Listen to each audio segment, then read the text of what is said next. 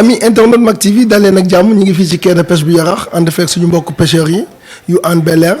Hann Bel-Air nag kenn dootu ko présenté quai de pêche bi mooy quai de pêche numéro 1 au Sénégal ci journée mondiale des océans ñu ñëw fas yéene fee am ak ñoom benn waxtaan ñu fas yéene lay déglu bàyyi leen ñu wax leen seen xalaat ci journée mondiale des océans. asalaamaaleykum mbooloo mi ñoo ngi nuyu ñëpp ku si nekk turam ak santam di wax li ñu fi dajale rek muy journée océan bi nga xam ni Sénégal tey moo ko moom di fete géej gi mu am lu si rax nag loo xam ne moo ñu fi dajale ñun ñëpp ñu résumé li ñuy wax ñeneen ñi si war a jël si kàddu mais ñoo ngi remercier mbooloo mi fi daje yëpp ñu xam ni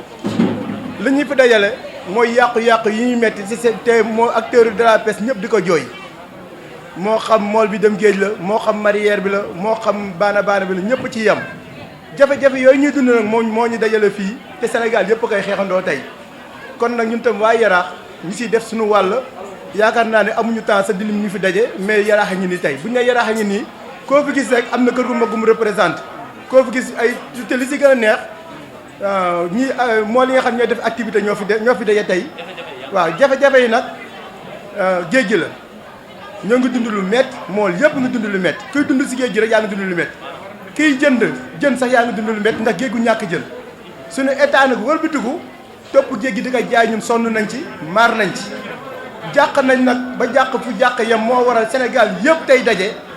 ci ku ci nekk ci tefes yëpp daje nañ fa di ko delee Ndar ba Kaf Tikirin def point de presse bii pour jooy li nga xam ne état bi moom moo ñu koy teg ci jafe-jafe yooyu ci loolu lañ toll li ci gën a metti nag mooy li fi nekkoon ci ay bato dafa jéggi dayoo ñu koy jooy àggal gu ñu indaate ñu ay 52 bato yoo xamante ni bëgg leen signé licence yi nanguwuñ ko tey duñ ko nangu ëllëg lii nag premier pas la ci xeex bi nga xam ne ñoo ngi koy def di wan ni ñoom nañ ci dellu ginnaaw te auditeurs ñu bato yi nekk si géej gi am nañ ci droit ñu xam kañ lañ leen jox licence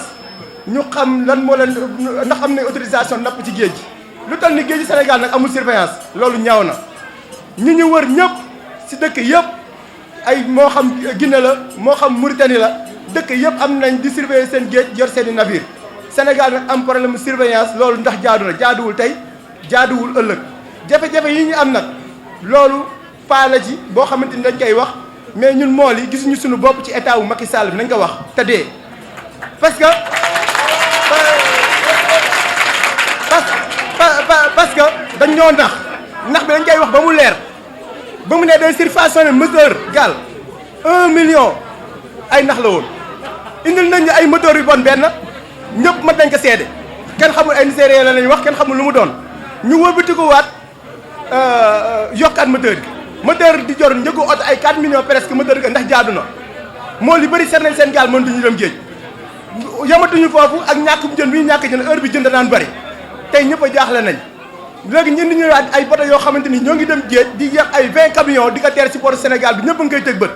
loolu ñoom lan lañ bëgg jël suñu bakkan lañ bëgg wala lan lañ bëgg wala ñun moomatuñu Sénégal léegi nag mool yëpp bokk nañ ndey bokk bàyyi di xam ni ñoom nañ ci dellu ginnaaw ci du mu gën a gaaw sinon am nañ yeneen yeesal yi ñuy yeesal pour ci xeex yooyu ñooy gën a tar te ñëpp ànd nañ ci nag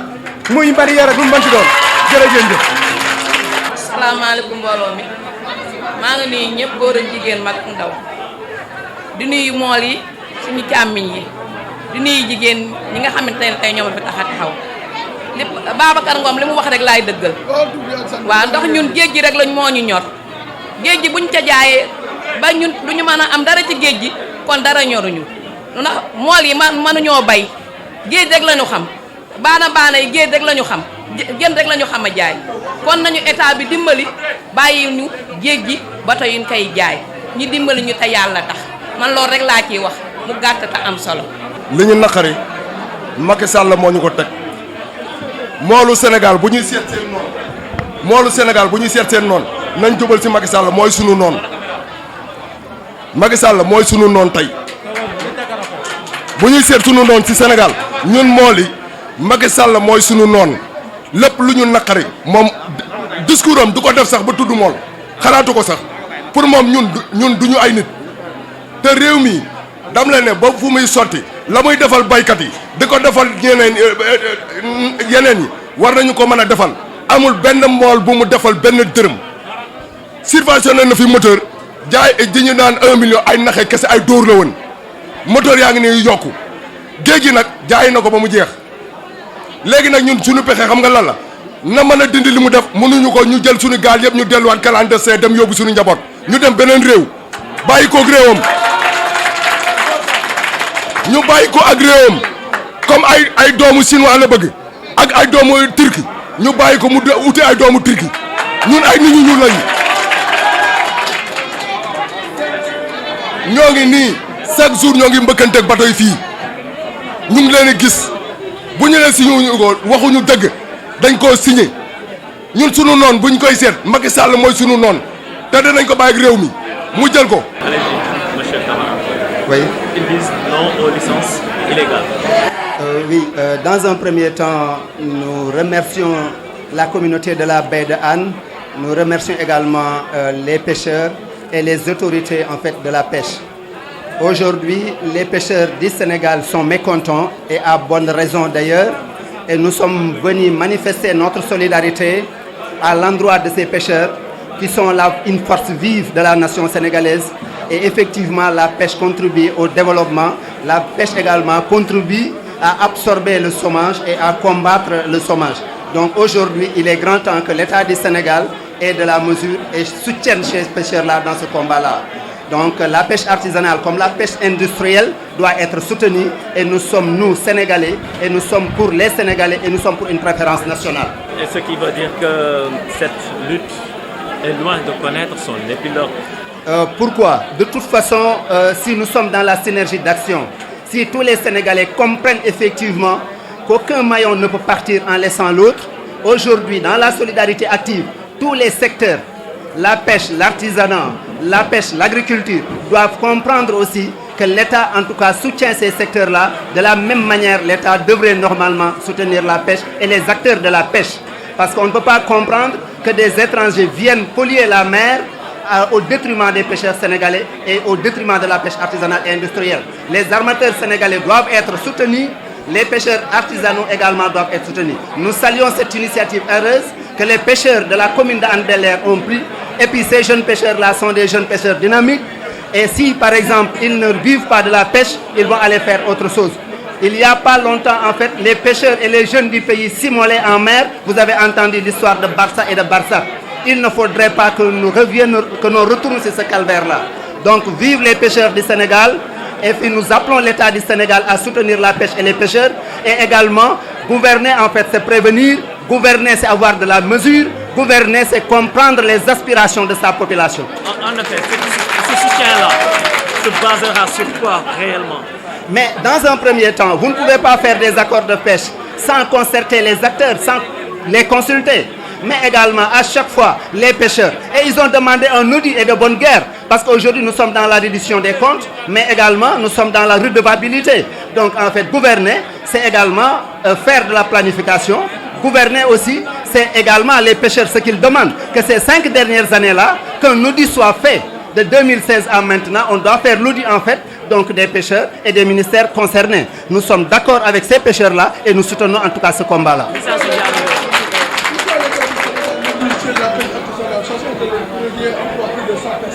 Ben, s'ils négligent la pêche artisanale, ils ont négligé ce que l'on appelle l'économie populaire. Cette économie informelle-là, 70% de la population vivent de l'économie informelle. C'est la raison pour laquelle aujourd'hui, nous interpellons l'État du Sénégal et les décideurs de ce pays-là à comprendre effectivement que ces jeunes pêcheurs-là sont des gens honnêtes qui travaillent à la sueur de leur front et qui gagnent honnêtement à la sueur de leur front. Nous invitons les Sénégalais à soutenir la pêche. Je suis di gërëm ñëpp man Macky Sall man du ma ko woowee président Macky jaay laa ko tuddee day jaay jéeri ji jaay géej gi moom képp ka nga xam ne nag nekk ak na moom day jaay nit ki nag boo juree ay doom yërëmoo loolu yow da nga yaakaar géej gi sotti rek nga si bëgg loolu la Macky Sall jàppee géej gi pour moom sotti la sëñ Bakka Ndiaye moo amul lu muy wax ñooñu duñu ay gor parce que li tax noo doo gor yow mën nga politique ba jaay sa ngor sa doom ñëw jël ay bato Turquie indi ko fii jël ko di ko yow ay 20 camions muy dem ngeen koy seetaan ñooñu mënuñu wax si dëkk bi lu ñu mën a tekk gis nga fii ngay gis ni booy yu bëri dañoo immigré woon jël seen xaalis ñëw financé ko surtout man 98 laa dugg Europe ñëw sama xaalis financé ko lépp jënd matériel pour sama dëkk wante tey jii matériel yëpp dama leen di jaay parce que Macky Sall du nitu dara parce que xoolal ko séjour bi moo nekkoon suba dem ëllëg damay dem fooja si tool yi dem bàyyiwaat parce que Macky Sall tey jii ku fi ñëw rek dalay toroxal yéen ñi nga xam ne nekk ngeen nag Europe bu leen financé dara ku si am na nga ko financé sa kër wala leneen waaye bu mu jëm si wàllu financement Macky Sall kuy financement mooy noonam Macky Sall tekkiwul dara si dëkk bi ngeen baal ma ngeen jégal ma. tur Ibrahima Berete dëkk Yaraax en montagne 6 di wax si kaddu les jeunes pêcheurs de Yaraax oui ñoom ñoo ma yebal di wax encore une fois maa ngi gërëm ñëpp di sant ñëpp di wax les jeunes pêcheurs dafa di kuréel bi nga xamante ne ñoo ngi commencé en 3 ba montagne 6 léegi comme pêche artisanale bi fu mu nekk nii gars yi dañu ko rey géej kenn amatu fi jën dafa doon toog fii di for ay jën si tefes bi dañ doon toog fii soo demee géej doo daw sax lu mot ay quelques mètres nga am jën waaye léegi actuellement mënutuñu am dara fu mu nekk nii gaal yaa ngi yàq géej gi léegi da ngay defar sa gaal sax mënoo am licence mënoo am permis de pêche permis kenn mënutu ko am te léegi gaal étranger yaa ngi ñëw ñu leen jox ay licence léegi ñun ban Sénégal lañu nekk da ngay defar sa gaal ba mu pare to permis de pêche doo ko am ñaata gaal ñoo fa nekk amuñu permis de pêche léegi ñu indi 56 navires yi nga xamante ne nee na defal nañ leen ay licence léegi ñun ban Sénégal lañu nekk mbala ñun léegi ay étranger lañu léegi bot yaa ngi fi liggéey di yàq gaal yi di yàq mbaal yi te léegi fu mu nekk nii gaal seer na machine seer na mbaal seer na amul benn état bu taxawu mool si lépp taxawuñu si dara comme niñ ko gars yi waxee napp sàmmkat yi am ñu leen taxawu béykat yi am na ñu leen taxawu même transport am ñu leen taxawu mais ñun les jeunes pêcheurs di nekk fii commune en Yaraax amul kenn ku ñu jàppale amul benn état bu ñu taxawu fu mu nekk nii sonn nañu balaa ngaa am jën di nga daw daanaka ay cent quelques kilomètres soo ñëw doo am jën te gaal yaa ngi fi ñoo leen signé licence te ñun mënuñu am permis de pêche waaye léegi ban Sénégal lu ñu nekk. ami internet Mak TV li leen fi pêcheurs yi indi loon bu ngeen déggee seen wax ngeen xam ni pêcheurs yi daal maanaam am nañu leen metti ndax bu ñu sañoon état bi taxawul leen ndax dañoo jógee ba Europe ñi investir seen xaalis pour mën a ñëw liggéey seen dëkk suqaliku mais boo gisee ni ñu waxee nii nga xam ne découragé nañ ndax doomu Sénégal lépp lu mu am ñëw ci dëkkam liggéey daan fa dooleem jëriñ dëkkam moo ko gënal kon nag ñoo ngi leen di jox dig daje beneen yoon ci yeneen i xibaar di leen jaajëfal.